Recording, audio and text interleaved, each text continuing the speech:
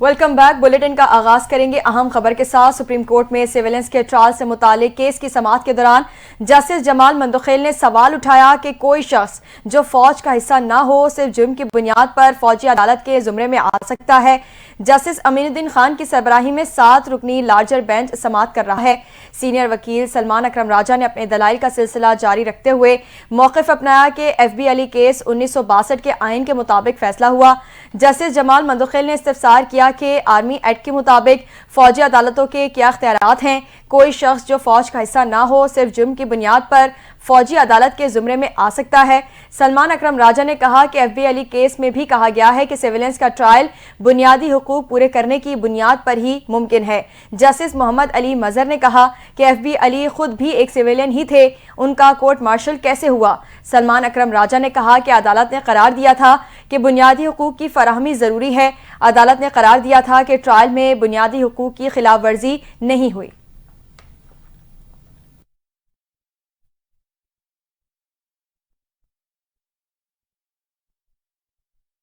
اور یہ آپ کو بتائیں کہ لاہور ہائی کورٹ نے پاکستان تحریک انصاف کی 8 فروری کو مینار پاکستان پر جلسے کی درخواست پر ڈپٹی کمشنر لاہور کو ذاتی حیثیت میں طلب کر لیا ہے۔ لاہور ہائی کورٹ کے جسٹس فاروق حیدر نے تحریک انصاف کے مینار پاکستان میں جلسے کے لیے درخواست کی سماعت کی۔ درخواست پی ٹی آئی کے چیف آرگنائزر پنجاب عالیہ حمزہ کی جانب سے دائر کی گئی ہے۔ عدالت نے ڈپٹی کمشنر لاہور سمیت دیگر فریقین سے 6 جنوری کو جواب طلب کرتے ہوئے ڈپٹی کمشنر لاہور کو ذاتی حیثیت میں طلب کر لیا ہے۔ درخواست گزار نے موقف اختیار کیا ہے کہ مینار پاکستان جلسے کی اجازت کے لیے ڈپٹی کمشنر لاہور کو درخواست دی۔ درخواست 29 جنوری کو دی گئی تھی مگر تاحال ڈی سی آفس سے کوئی سنوائی نہیں ہوئی۔ پی ٹی آئی جب بھی جلسے کی اجازت مانگتی ہے تو امن و امان کا مسئلہ بنا لیا جاتا ہے۔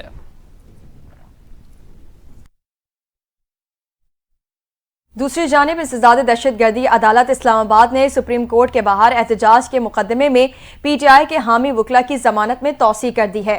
درخواست پر سماعت ڈیوٹی جج طاہر عباس سپرا نے کی۔ پی ٹی آئی رہنما شبلی فراز، لطیف کھوسا، سردار محمد مصروف، نیاز اللہ نیازی اور دیگر عدالت میں پیش ہوئے۔ عدالت نے تمام ملزمان کی عبوری ضمانت میں 25 فروری تک توسیع کر دی ہے۔ پی ٹی آئی رہنما بیرسٹر گوہر، سلمان اکرم راجہ، نیاز اللہ نیازی اور دیگر مقدمے میں نامزد ہیں۔ وکلا کے خلاف تھانہ سیکریٹریٹ میں مقدمہ درج ہے۔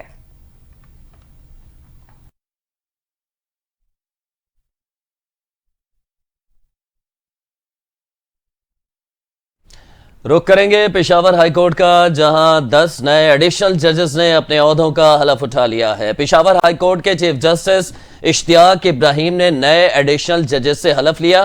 حلف برداری کی تقریب پشاور ہائی کورٹ میں منعقد ہوئی۔ جسٹس طارق آفریدی، جسٹس عبد الفیاض، جسٹس فاروق جمشید، جسٹس انعام اللہ، جسٹس ثاقب اللہ خان، جسٹس صلاح الدین، جسٹس صادق علی اور جسٹس مدثر امیر نے حلف اٹھایا۔ جسٹس اورنگزیب اور جسٹس قاضی جواد احسان بھی ایڈیشنل جج کا حلف اٹھانے والوں میں شامل ہیں۔ نئے ایڈیشنل ججز کے حلف لینے کے بعد پشاور ہائی کورٹ کے ججز کی تعداد 23 ہو گئی ہے۔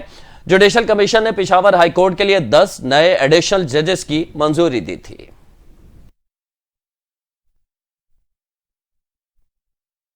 پیٹرولیم مصنوعات کی قیمتوں میں اضافے کو وجہ قرار دیتے ہوئے پاکستان ریلویز نے ایک بار پھر مسافر ٹرینوں کے کرایوں میں اضافہ کر دیا ہے۔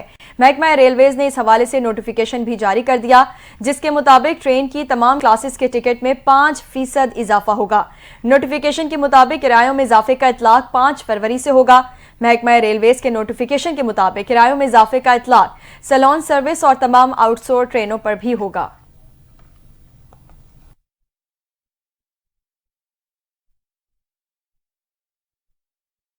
ادھر قومی اسمبلی میں اپوزیشن لیڈر عمر ایوب کا کہنا ہے کہ بانی پی ٹی آئی سے حتمی مشاورت کے بعد چیف الیکشن کمشنر اور ممبران کے نام دیں گے۔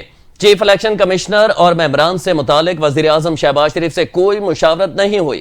میڈیا سے گفتگو کرتے ہوئے عمر ایوب کا کہنا تھا کہ آج رات یا کل چیف الیکشن کمشنر اور ممبران کے حتمی ناموں پر اپوزیشن قیادت مشاورت کرے گی۔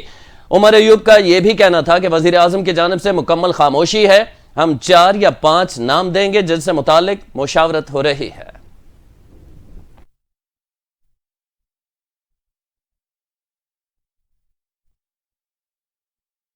دوسری جانب وزیر اعلیٰ خیبر پختونخوا علی امین گنڈاپور نے کہا ہے کہ بانی پی ٹی آئی نے آرمی چیف کو خط لکھا ہے، دیکھتے ہیں کیا جواب آتا ہے۔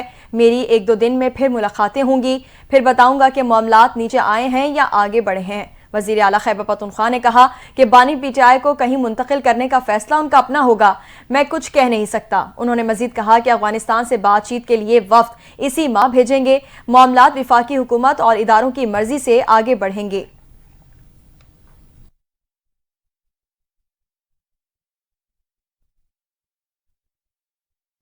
وزیراعظم کے سیاسی مشیر رانا ثناءاللہ نے کہا ہے کہ بانی پی ٹی آئی کے army chief general Asim Munir کے نام خط کا مقصد فوج اور عوام میں فرق ڈالنا ہے۔ رانا ثناءاللہ نے بانی پی ٹی آئی کے army chief general Asim Munir کے نام خط پر رد عمل دیتے ہوئے کہا کہ بانی پی ٹی آئی کے خط کا مقصد ہے کہ فوج اور عوام کے درمیان فرق ڈالا جائے یا فوج اور اس کی کمانڈ کے درمیان غلط فہمیاں پیدا کی جائیں۔ رانا ثناءاللہ نے کہا ہے کہ کیا یہ خط جیل سے لکھے جا رہے ہیں؟ یہ کہاں سے آتے ہیں؟ بانی پی ٹی آئی کو سیاسی جدوجہد کرنی ہے تو پارلیمنٹ میں کریں۔ رانا ثناءاللہ نے سوال اٹھایا ہے کہ کیا اسلام آباد ہائی کورٹ میں ججوں کا تبادلہ کر کے ہم نے آئین سے معاورہ کو اقدام اٹھایا ہے؟ رانا ثناءاللہ کا کہنا تھا کہ جسٹس بابر ستار اور جسٹس طارق جہانگیری کی تعیناتی رکوانے کے لیے پی ٹی آئی کی حکومت سر سے کے بل کھڑی ہو گئی تھی۔ کیا متعلقہ چیف جسٹس اور جج غلط ہیں اور جنہوں نے خط لکھا ہے وہ ٹھیک ہے؟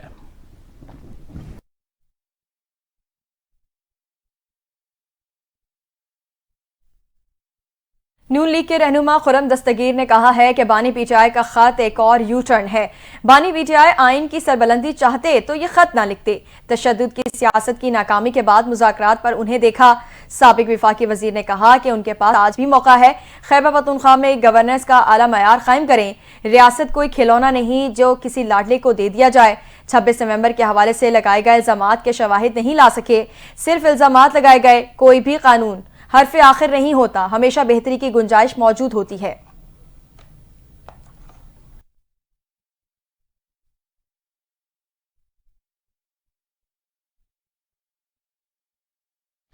مسلم لیگ نون کے رہنما طارق فضل چودھری نے کہا ہے کہ کشمیریوں کو استصواب رائے کا حق ملنے تک پاکستان نامکمل ہے۔ 5 فروری کو پاکستان اور آزاد کشمیر میں سیمینار منعقد کیے جائیں گے۔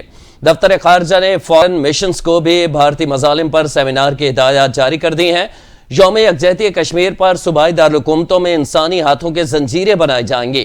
پاکستان مسلم لیگ نون کے مرکزی رہنما طارق فضل چودھری نے پریس کانفرنس کرتے ہوئے کہا ہے کہ یوم یکجہتی کشمیر پاکستان سمیت دنیا بھر میں منایا جاتا ہے۔ کشمیری عوام اپنے حق خود ارادیت کے لیے جدوجہد کر رہے ہیں۔ بھارتی مظالم کے خلاف بھی بھرپور آواز بلند کریں گے۔ کشمیری عوام کو استصواب رائے کا بنیادی حق دیا جائے۔ یہ دن پاکستان کی جانب سے سفارتی محاذ پر کشمیریوں کی حمایت کا اظہار ہے۔ ان کا کہنا تھا کہ مقبوضہ کشمیر میں آزادی کی تحریک تکمیل پاکستان کی جدوجہد ہے۔ کشمیریوں کو استصواب رائے کا حق ملنے تک پاکستان نامکمل ہے۔ مقبوضہ کشمیر میں زیادتیوں پر ہم بین الاقوامی برادری کی آواز کے منتظر ہیں۔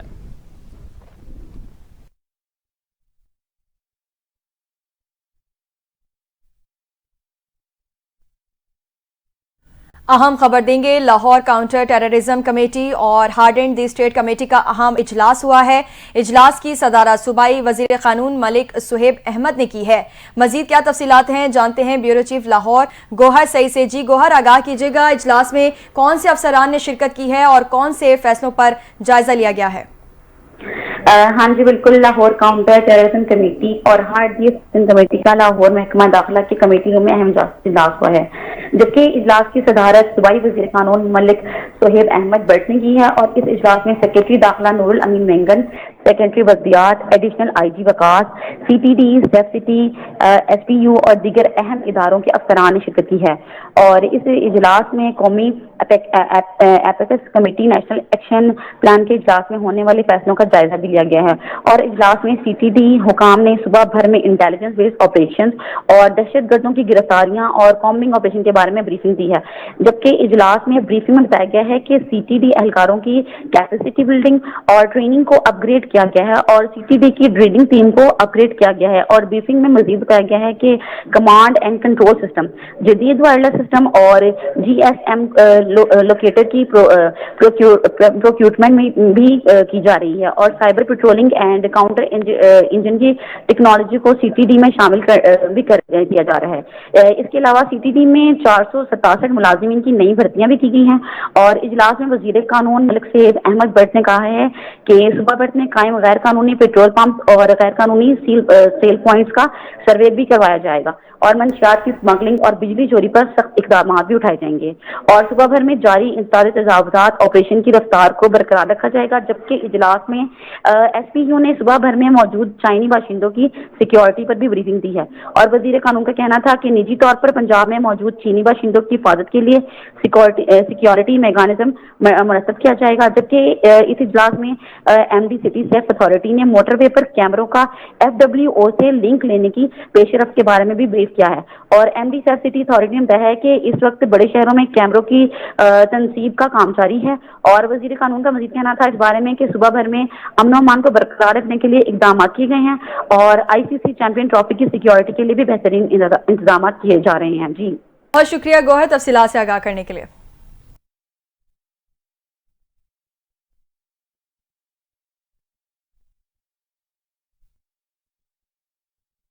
اور یہ آپ کو آگاہ کریں کہ پشاور میں کرم امن معاہدے پر عمل درآمد سے متعلق جرگے نے سڑکیں کھولنے اور جرگے کی مزید نشستیں کرنے پر اتفاق کر لیا ہے. کرم امن معاہدے پر عمل درآمد سے متعلق فریقین کی 14 اراکین پر مشتمل کمیٹی کا پشاور میں جرگہ ہوا. جرگے میں سڑکیں کھولنے اور جرگہ جاری رکھنے پر اتفاق کیا گیا. جرگہ اراکین نے ایک دوسرے کے ساتھ مکمل تعاون کی بھی یقین دہانی کرائی. جرگے میں بنکرز کی مسماری اور اسلحہ جمع کرانے سے متعلق معاملات بھی زیر غور آئے. اس کے علاوہ جرگہ عمائدین نے حکومت سے متاثرین سے نقصانات کے جلد ازالے کا بھی مطالبہ کیا. جرگہ اراکین نے میڈیا کو بتایا کہ سڑکیں کھولنے کا معاملہ انتہائی اہم ہے. اسلحہ اور بنکرز کے مسماری سے متعلق بھی بات چیت ہوئی.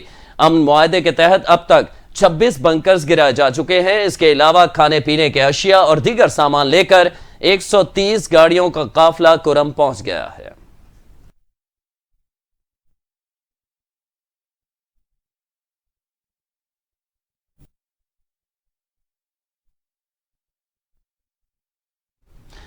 ادھر پاکستان سمیت دنیا بھر میں آج کینسر سے بچاؤ کا دن منایا جا رہا ہے. پاکستان میں ہر سال کینسر کے 1,90,000 سے زائد کیسز رپورٹ ہوتے ہیں.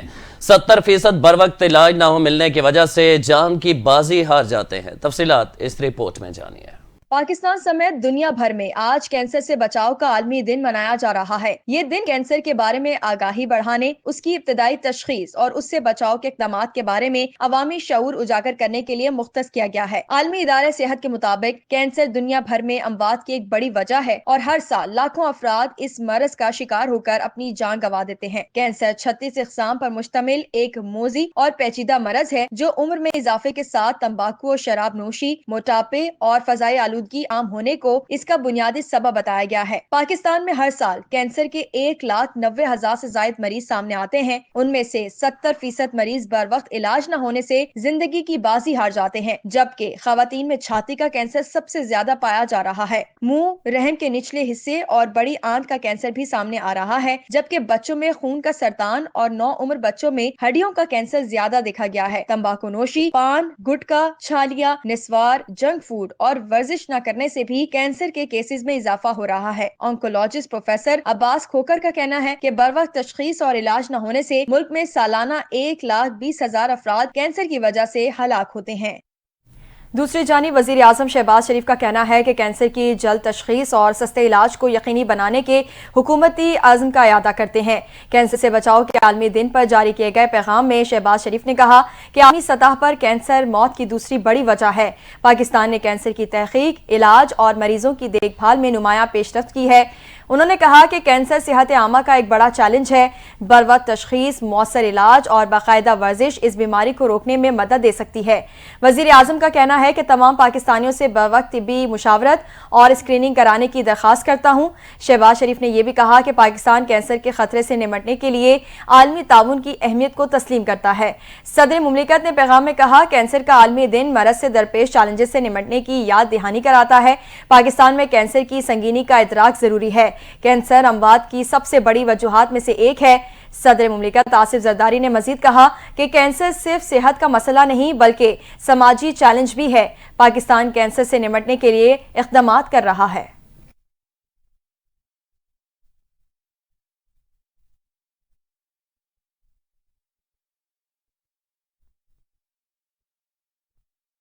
کچھ خبریں بین الاقوامی منظرنامے سے امریکہ نے یوکرین کی معطل فوجی سامان کی فراہمی بحال کر دی ہے۔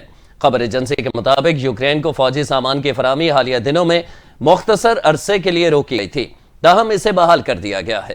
روسی میڈیا کے مطابق امریکہ نے پہلے اس بات پر بھی غور کیا تھا کہ کیف کو فوجی سامان کی فراہمی مکمل طور پر بند کر دی جائے۔ اس معاملے پر ٹرمپ انتظامیہ اختلافات کا شکار ہے کہ آیا یوکرین کو کتنا اسلحہ فراہم کیا جائے۔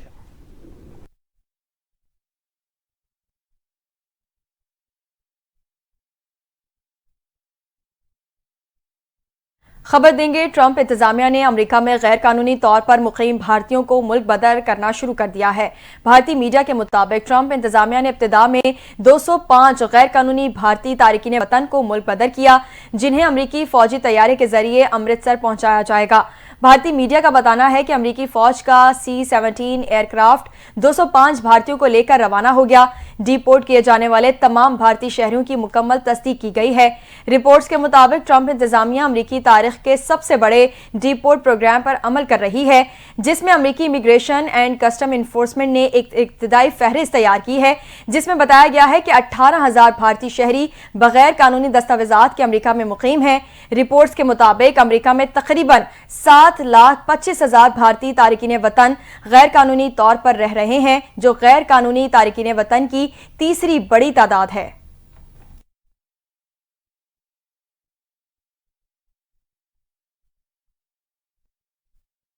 امریکی صدر ڈونلڈ ٹرمپ اور کینیڈین وزیر اعظم جسٹن ٹروڈو کے درمیان دوبارہ ٹیلی فونک رابطہ ہوا ہے۔ کینیڈین وزیر اعظم جسٹن ٹروڈو نے کہا ہے کہ امریکی صدر ڈونلڈ ٹرمپ نے کینیڈا پر عائد ٹیرف 1 ماہ کے لیے معطل کر دیا ہے۔ انہوں نے کہا کہ کینیڈا اسمگلنگ سے نمٹنے کے لیے خصوصی ٹاسک فورس بنائے گا۔ امریکہ کے ساتھ سرحد کی مستقل نگرانی کو یقینی بنایا جائے گا۔ ٹرمپ اور ٹروڈو کے درمیان تجارت اور سرحدی امور پر بھی گفتگو ہوگی۔ ٹرمپ نے ایک بار پھر کینیڈا کو امریکہ کے 51 میں ریاست بنانے کی خواہش کا اظہار کیا ہے۔ دونوں رہنماؤں نے مستقبل میں بھی بات چیت جاری رکھنے پر اتفاق کیا ہے۔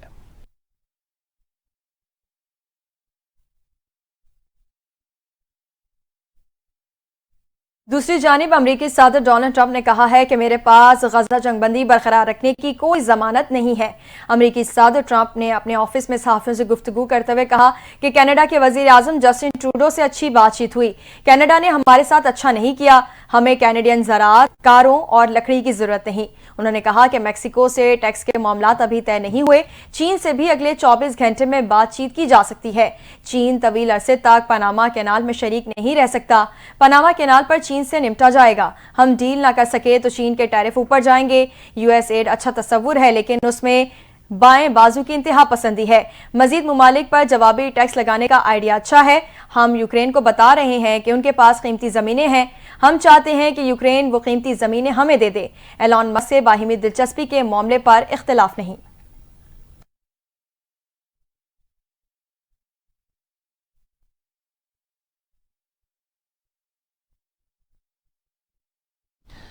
متنازع بیانات کے باعث خبروں میں رہنے والے مفتی کوی بھی بھارتی اداکار راکھی ساونت سے شادی کے خواہش مند نکلے۔